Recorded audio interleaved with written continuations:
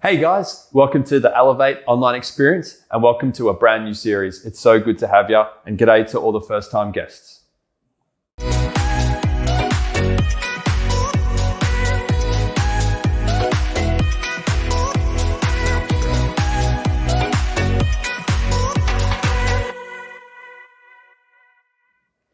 If you guys are at home and you join us remotely each week, like us, subscribe to us, and share us with all your mates. Today's awesome worship partners are Vertical Worship, coming from all the way in Chicago.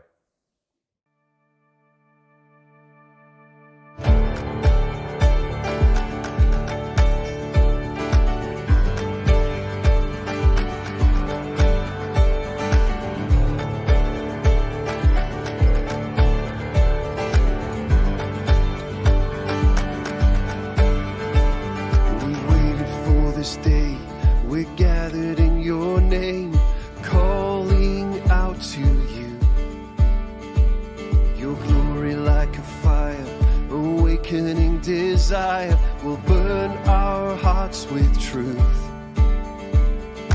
You're the reason we're here. You're the reason we're singing. Open up the heavens, we want to see you. Open up the floodgates, a mighty river flowing from your heart and filling every part of our praise.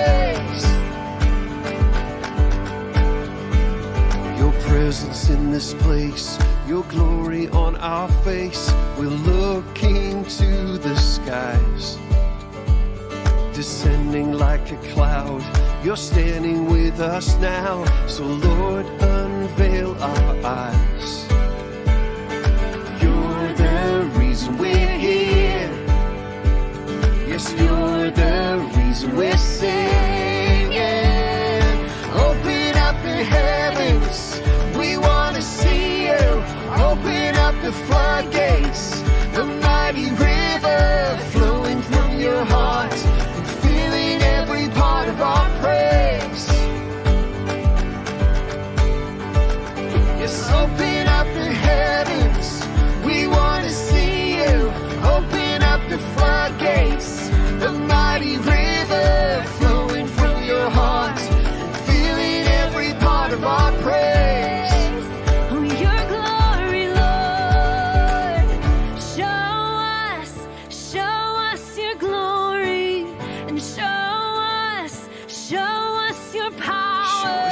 And show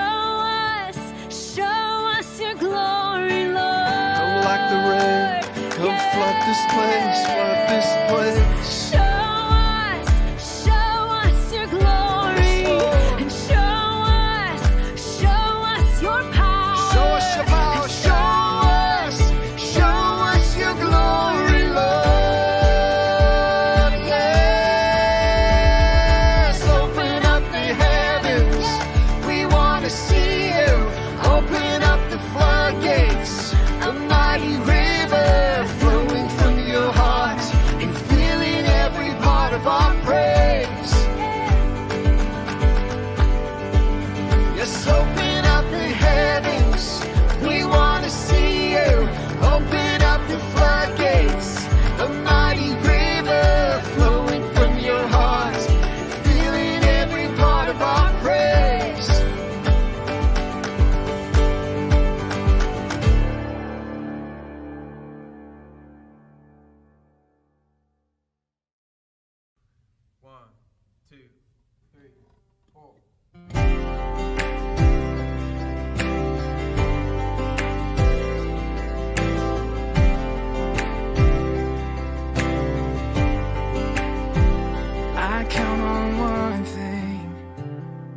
Same God that never fails will not fail me now.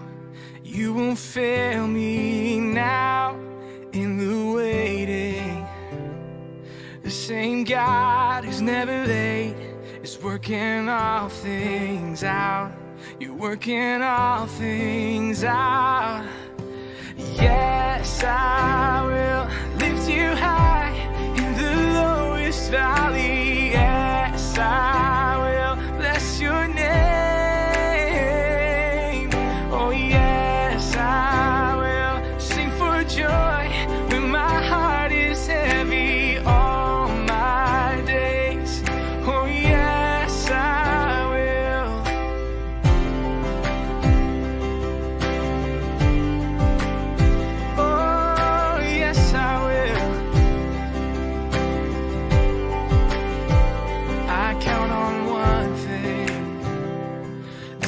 God that never fails will not fail me now.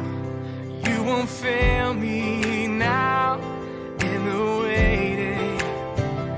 Oh, the same God who's never late is working all things out. You're working all things out. Oh yes, I will lift you high in the lowest valley. Yes, I will bless your name.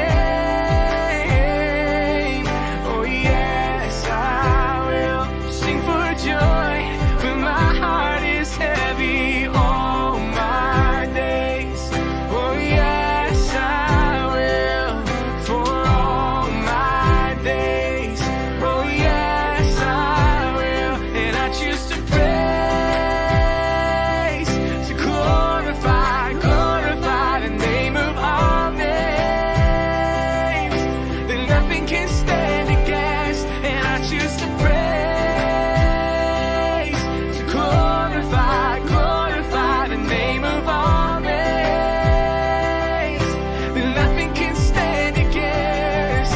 Oh yes, I will lift you high in the lowest valley. Yes, I will bless your name. Oh yes, I will sing for joy when my heart is heavy all my days.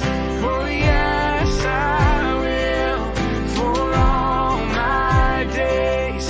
Oh yes, I will for all my days.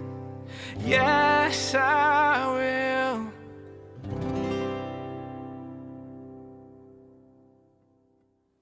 Here is week 1 of a brand new series, True Virtue. It's all about character, so strap up for a great message. Well, hey there to our Elevate family all around the world. Great to have you with us today as we're launching a brand new series called Who You Are When No One's Looking. And we unashamedly lifted this title of this series from a book by Bill Hybels of that same title, Who You Are When No One's Looking. It's actually a book that I bought and read, 15 to 20 years ago. And the lessons that the book focuses on, which is all about character, are at least as important, if not, I think, more important today than they were when that book was released and when I first read it. So here's one important thing to know, that character is not the same as talent. See, talent will often get you in the door. Talent will often help you rise to a higher level, but talent alone won't keep you there. And you know this. You know this because you've seen business people, politicians, celebrities, sporting people. You've seen their talent take them to a high level, and yet they've done or said something or a series of things incredibly stupid that's actually undercut who they are, undercut their position, and has seen them effectively fall from the level they were at because they didn't and hadn't developed the character to keep them at the level that their talent took them to. And I'm not dunking on these high profile people. It just, they're the ones that we see. But the reality is that a lack of character will cause everyday people's lives to implode at a certain level. I've seen marriages that have imploded because one or both of the people in that marriage lacked the character and said and or did dumb stuff because of the lack of character. I've seen businesses fail because the leader of that business didn't have the character required to lead the staff or make sound decisions. I've seen careers detonated, and so on, and so on, and so on. And so that's why, starting today and over the next 4 weeks, we're taking this deep dive into the importance of character. And we're going to look at 4 of, not the only, but certainly 4 key aspects of character that we need to develop if we're going to continue to move forward as people, continue to build our lives, and continue to build into the lives of the people in our sphere. So the first one I want to tee off with today is honor. And I'm aware that this topic of honor doesn't get much airplay. I mean, literally, full disclosure, this is the first time I've even preached about it. I mean, I've thought about it a lot. I hope to a large extent that I'm giving honor where God's called me to do it, and I'm leading in a way that's building the culture in and around Elevate, that we are people who are known for how we honor the they that God's called us to honor. But I've never preached about it, and look, maybe you've never heard a message about it. When was the last time it came up in a conversation where you talked about honor? And yet, despite it not getting much airplay, it is very, very high on God's radar in terms of the importance about it. He has a lot to say about honor. He has a lot to say about what honor is. He has a lot to say about who we should honor, and he has a lot to say about why it matters. And so what I want to do today is just take it's just a flyover. You know, we'll barely get our toes wet.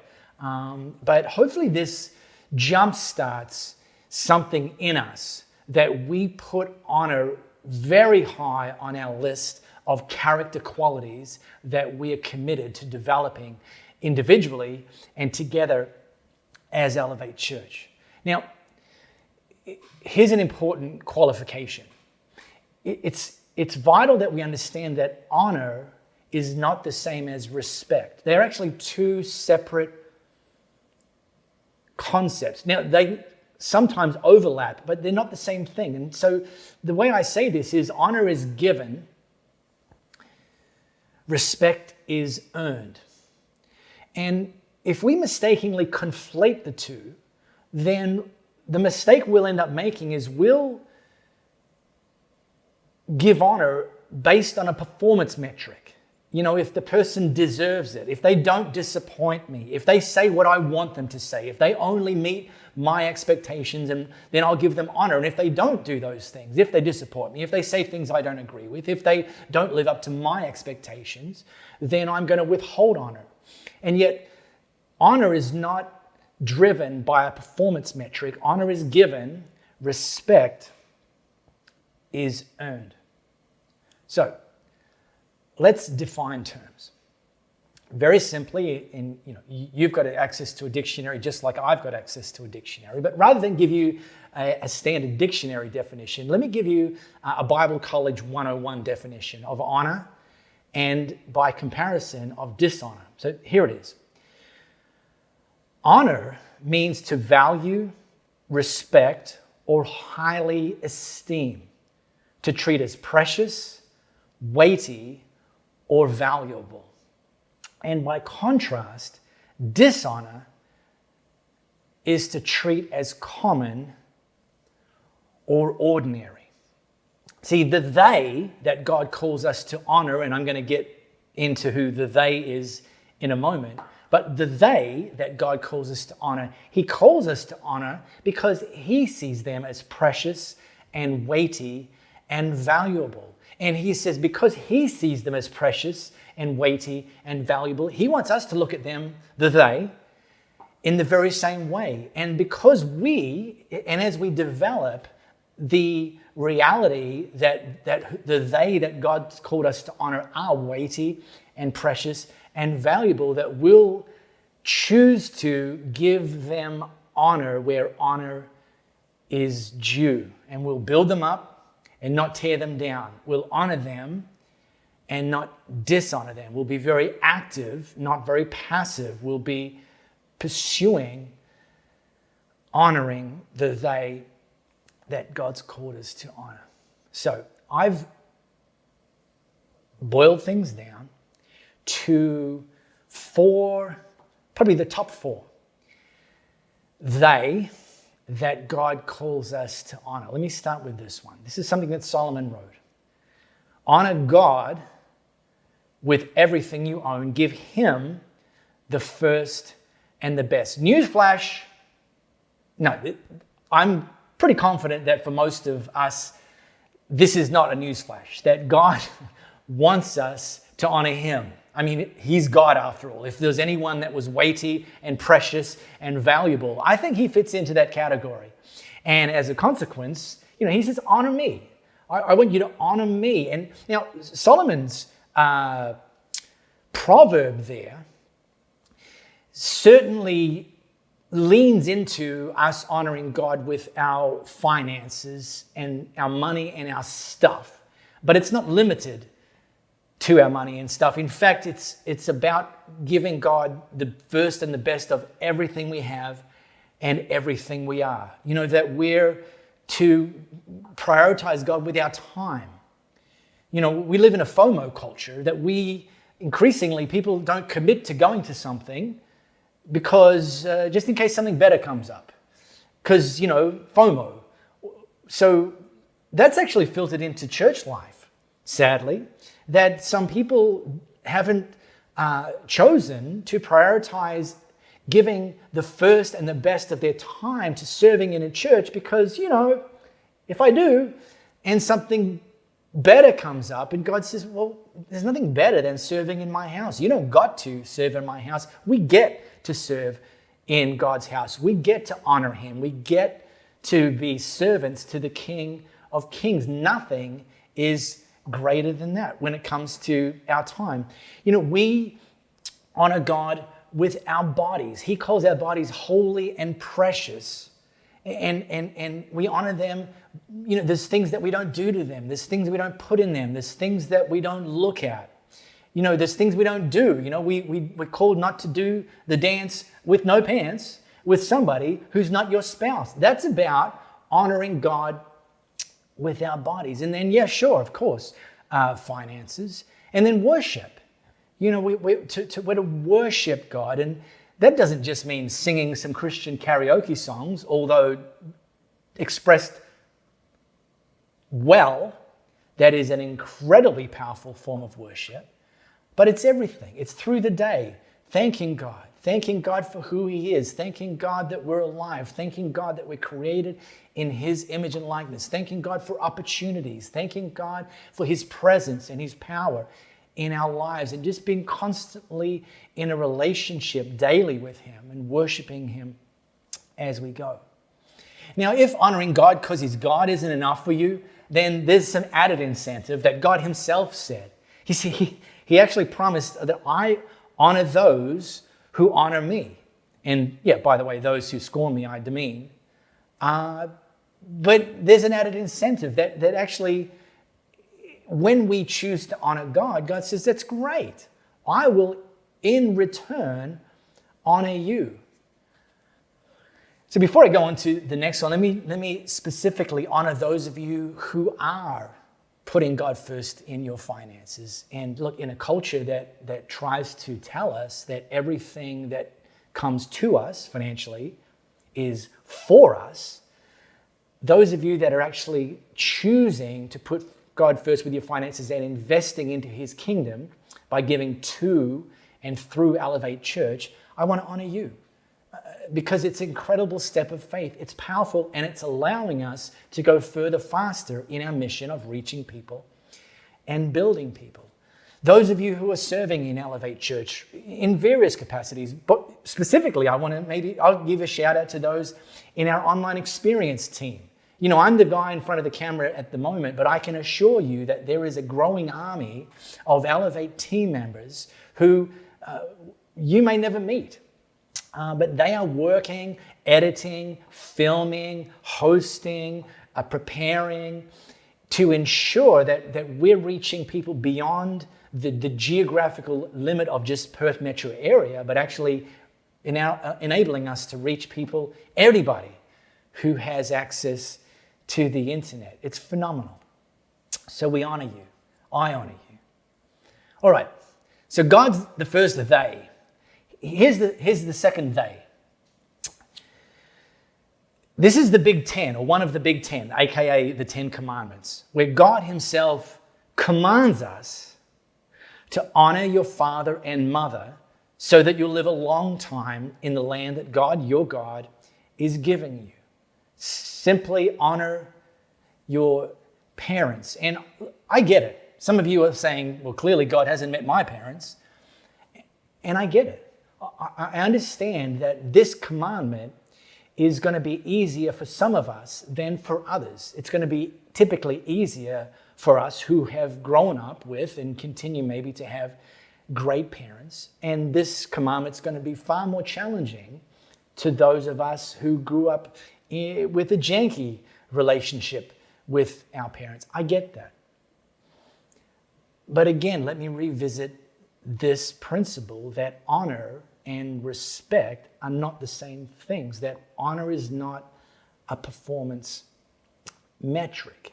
That yes, some of us, some of you have had or have parents who have done or have said or continue to do and continue to say things that have caused you over time to lose respect for them. I understand. I sympathize with you, and I know that's a reality for many people. God calls all of us, even those who have had those janky experiences, or to honor our parents. So I don't want to kind of just paper over this one. If you struggle in this area, if you are, saying my parents don't deserve honor, maybe just take a baby step. Maybe, and I'm not judging you if this has been the case, but let me just put it on the table in a healthy manner to say, if you've found yourself dishonoring your parents because of their low score on the performance metrics as parents, if you found yourself dishonoring them, the way you talk about them with other people, that your speech and how you talk about them is just tearing them down all the time, maybe even how you speak to them is tearing them down to you, tearing them down all the time, maybe just take a baby step and pull the handbrake on that one. Maybe just that the baby step isn't that you're quite yet ready to honor them, but maybe the baby step is that you'll dial back and ultimately stop dishonoring them. Because, look, let's face it, has any amount of dishonoring your parents improved anything? I mean, you may feel good in the moment. I felt good that I talked about, and you may need to talk with someone about some of that stuff, to a leader that you trust or a professional counselor, and that's an appropriate setting. But look, that's just my encouragement. I'm not trying to slice and dice who's better and who deserves more honor, but just to say that we do have some control over dishonor versus honor. And by the way, if you need any additional incentive, just like God said he'll honor those who honor him, this is the first of the 10 commandments that actually came with a promise. Up to now, God just said, look, do this, don't do this, do this, don't do this. This one, he said, do this, honor your father and your mother. And then he lobbed in a promise that you'll live, meaning if you do this, honor your parents, a long time in the land that God, your God, is giving you. All right, that's 2. God, our parents. Number 3, the they that God calls us to honor. Peter wrote this: make the master proud of you by being good citizens. Respect the authorities, and that word can be used interchangeably with honor. And I mentioned earlier, there is often some overlap there. Respect the authorities, whatever their level, they are God's emissaries for keeping order. So here we have God adding to the they list those in authority. Possibly when I say that, because this means police, fire department, this means civic leaders, community leaders. But look, I know that for some of you, your mind immediately went to political leaders. And you're thinking, the guy or the girl that's currently leading in my situation, they do not deserve my honor. I mean, I didn't vote for them. So this is a no deal. And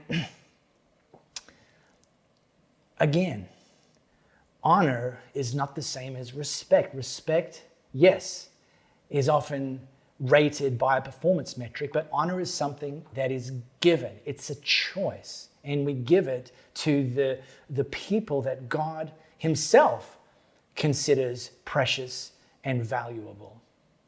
Now, I've been a professional Christian for 25 years, and I think that you'll struggle, and I've struggled to remember a time where I've dishonored a political leader. Now, by the way, in 25 years, there have been political leaders that have come onto the radar and been voted into office locally, statewide, nationally, here in Australia, that I didn't vote for, and or that I don't always agree and haven't always agreed with their personality or their statements or their policies. But here's the big lesson. You can disagree without being dishonoring.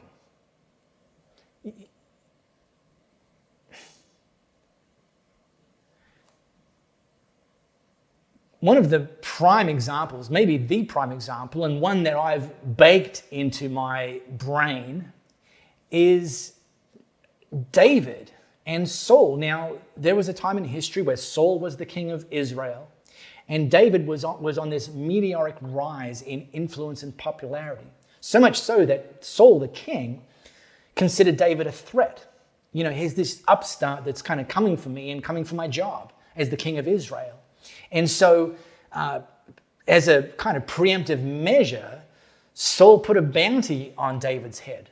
Saul went after him. He intentionally set out to eliminate this threat by wanting to kill David. So there was this time in history where therefore David was on the run. He was running from Saul. He was hiding in caves and so on. And this one particular moment in history, David and he had a band of kind of renegade soldiers that had gathered loyally around him. They heard news of the king's convoy coming their way. And so they actually hid in this cave. And seemingly coincidentally, as King Saul and his convoy were passing by, King Saul needed to do a number two. And so he couldn't very well do it just out in front of his convoy. So he excused himself and went into a nearby cave, which just happened to be the cave that David and his men were hiding out. So David and his men retreated to the back dark recesses of that cave. Saul entered the front and, began to do his business. And David, for a split second, saw an opportunity to eliminate the threat that was on his own life, that he could actually jump Saul, surprise him, and kill him. And for a split second, he entertained that notion.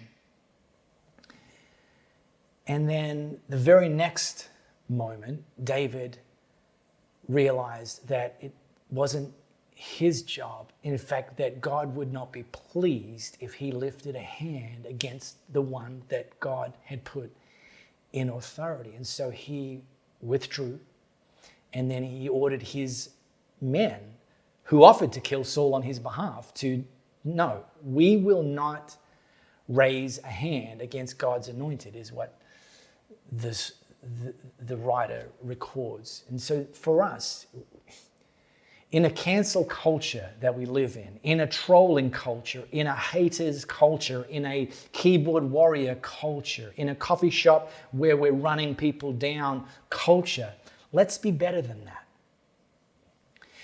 You can disagree without being dishonorable. One of the keys there is discuss ideas rather than running down people. It's a big difference. And instead of dishonoring leaders, we're actually instructed by God to pray for them. Not just pray for the people that you voted for. Not just pray that they will come around to agree with you. But here's what Paul wrote to Timothy, who was leading the church in Ephesus at the time.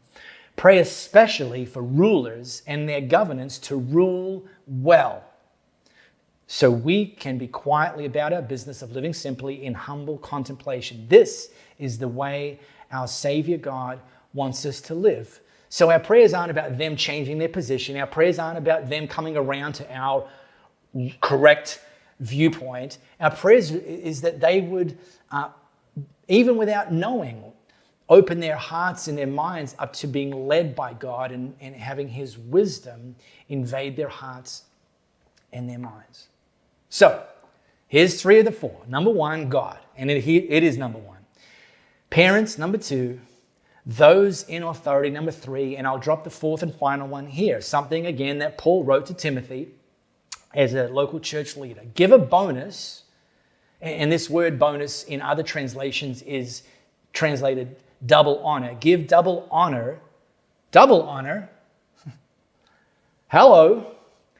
To leaders who do a good job, especially the ones who work hard at preaching and teaching. So he's instructing us to give double honor to spiritual leaders. And hey, obviously Paul's talking about me. And who wouldn't want to give me double honor? So I'm just going to end it there. This one needs no explanation. All right. No, that's not the angle I want to take. In fact, it would be self-serving if that's what I was underlining here and focusing on. In fact, I actually want to deflect how this applies in a local church context. I mean, yes, it includes me and it includes leaders of local churches all around the world that Paul says give them, us, double honor. Sure, great. This is not an easy job, people. But let me deflect. For example, locally, we have incredible team who lead Elevate Kids and invest in our kids from walking age to graduating elementary school, primary school, and invest in them consistently. And I say, well, they are worthy of double honor. And parents, those of you who are parents, who are part of our Perth location, give them double honor. Thank them. Give them a gift card every now and then. Don't just kind of, they're not there to do some Christian creche or some babysitting. Paul says they're worthy of double honor, and we need to be very active in doing that. We have a growing number of what we call Elevate groups. And Elevate groups, and by the way, this is starting to translate into the digital space with watch parties in various locations. But we've got people who lead them. These are small groups of people who gather regularly, and they build deep spirited relationships. They talk about the messages and what they're learning and how they're going to apply that. And there's people leading them. These are the shepherds. These are the shepherds in our church, and they're worthy of double honor. We have team leaders of various teams around Elevate, our music team, our media team, our hosts team, our operations team, our Elevate Kids team. And Paul includes them in this, that they're worthy of double honor because they are on the front lines of the battle. They're on the front lines leading the teams, leading the army into battle, taking new ground, reaching people and building people. I get like this is the face or one of the key faces that we see, but that's not, no. These guys are phenomenal, do an incredible amount of heavy lifting, and so our team leaders are worthy of double honor. So in this, here's something that rips my undies, is that too many Christians and too many churches have developed a reputation for being known for tearing people down, sitting around gossiping and criticizing, which, by the way, it's just chatter. No, it's not. It's destructive and it's dishonoring. And so here's a benchmark that I apply, and here's a benchmark that I would encourage you to apply. And the benchmark is simply this: speak about people as if they were in the room. I didn't get that. Quiet, Siri. Siri's in the room. Speak about people as if they were in the room. In fact, so say it a different way. Speak about people in such an honoring way that the person that you're speaking with, not about, but with, finds themselves thinking, man, I wish the person you're speaking about in such an honoring way, I wish they were here to hear that. instead of the person that you're with listening to the person you're speaking about, thinking to themselves, I'm glad the person that you're speaking about isn't here to hear this. As Jesus followers of sons and daughters of the King of Kings, we are better than that. We are better than dishonoring. We are better than tearing down. We are about building up. And my prayer is that as Elevate Church, locally and globally, that we continue to be and therefore build a reputation for being people who build up and never tear down. Here's a little final word from Coach Paul. He wrote to the church in Rome, like good coaches sometimes throw down a challenge, outdo one another in showing honor. This is what we call healthy competition. So family, great to be opening up this brand new series, Who You Are When No One's Looking. And next week, I'm going to continue this series. Week 2, I'm going to be teaching about integrity. So I'd love you to join us for that. I'd love you to invite someone to join you for, hey, maybe on the couch, maybe even a little watch party. And so, hey, fantastic privilege leading you, privilege investing into you, and we'll see you back here next week. If you're at home and you want to help us reach and build into people all over the world, the ways to give can be found below. Go on and have a great week from all the team at Elevate Church.